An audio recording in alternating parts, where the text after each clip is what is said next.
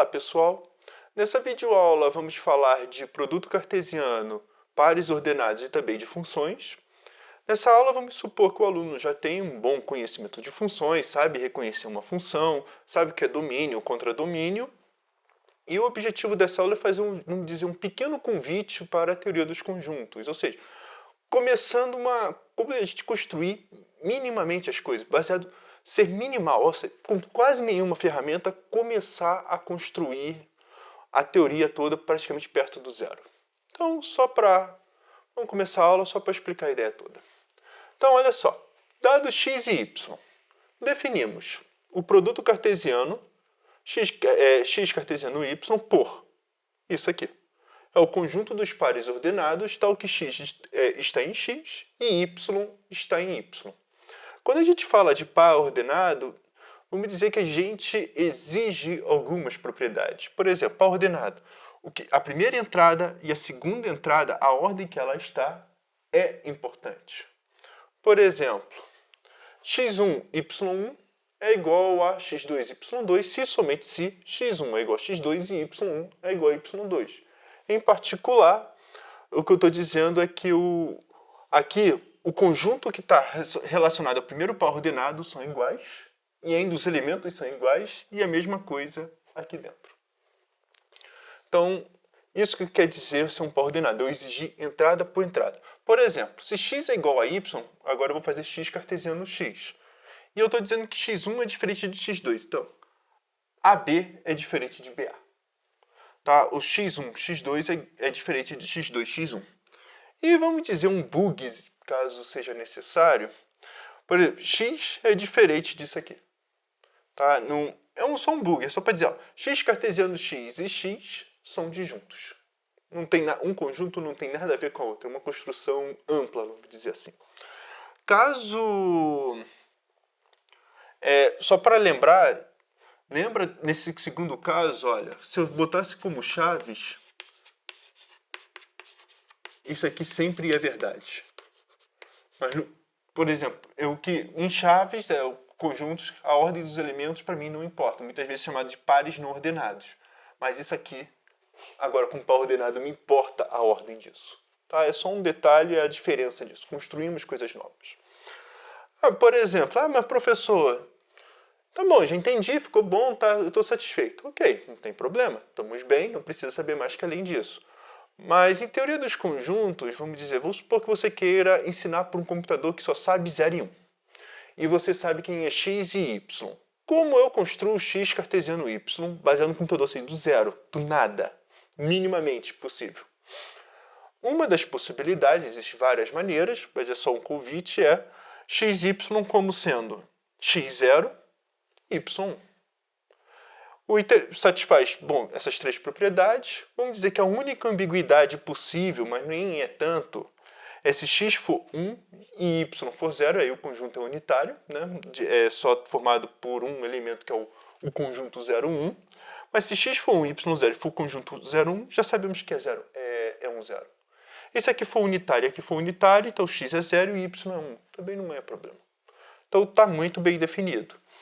Apesar disso, só para dizer, olha, essa aqui não é a definição comumente aceita em teoria dos conjuntos, mas funciona por causa de algumas outras lógicas. Mas funciona bem para muita coisa e satisfaz as propriedades desejadas. Como eu disse, é só um convite. Só ver, é possível construir, que legal. Mas vamos falar da outra parte. E funções? Uma função, vamos dizer assim, como que eu vou começar definindo? Falo o que faz, não o que é.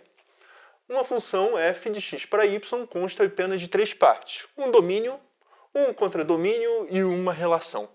Essa relação, ou função, ou correspondência, qual o sinônimo que você vai querer dizer, ou regra de formação, é uma relação que satisfaz a seguinte situação. Para cada x em x, existe um único elemento y em y. É isso, basicamente. E o que a gente vai pedir, vamos denotar esse y por f de x. Ou seja, para cada x existe um único f de x. E quando eu digo para cada x, todos os x do domínio têm que ser usados. Se não for usado, não é função de x para y. É outra coisa. E caso não seja único, também não é função. Tá? Se eu sei o x, eu tenho que saber o y, pelo menos teoricamente falando. Só para, baseado em funções, a gente também constrói o gráfico. O gráfico nada mais é que o par ordenado x e y, em que y é igual a f de x. Ou, se preferir, o gráfico de f é x, f de x, pertencente a x cartesiano y. Acabou, caso eu deseje sumir com isso.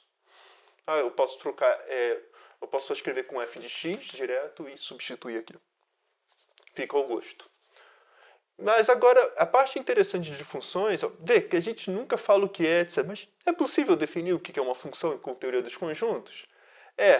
Por exemplo, a gente sempre, quando a gente vai falar didaticamente, primeiro função, depois gráfico de função.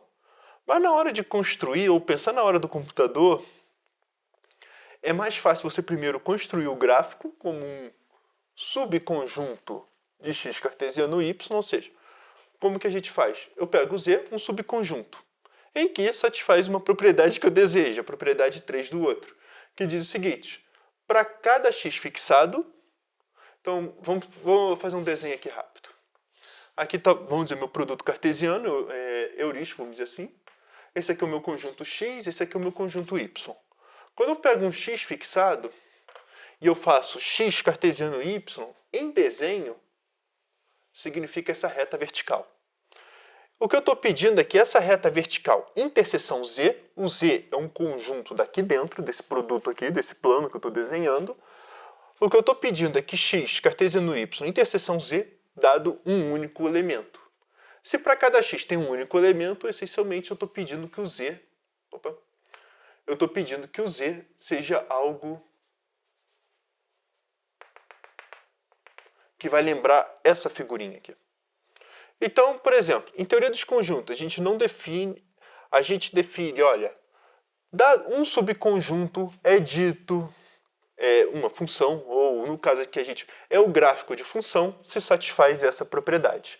Baseado nesse conjunto, então se a gente conseguiu esse conjunto, ou exigiu esse conjunto, então a gente pode construir unicamente, ou seja, dado o gráfico, existe uma única função cujo gráfico é esse.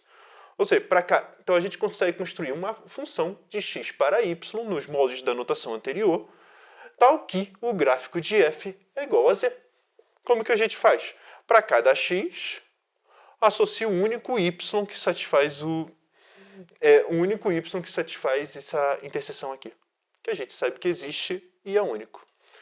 Então, essa construção, vamos dizer, existe uma única f de x para y, tal que o gráfico de f é igual a z. Então, em teoria dos conjuntos, a gente define o gráfico primeiro, para depois poder definir formalmente o que seria uma função. Então, domínio contra domínio, o conjunto, vamos dizer, você consegue definir o conjunto imagem, isso aí vai ficar em outra aula, consegue definir tudo baseado apenas nisso aqui, em teoria dos conjuntos mesmo. E é isso.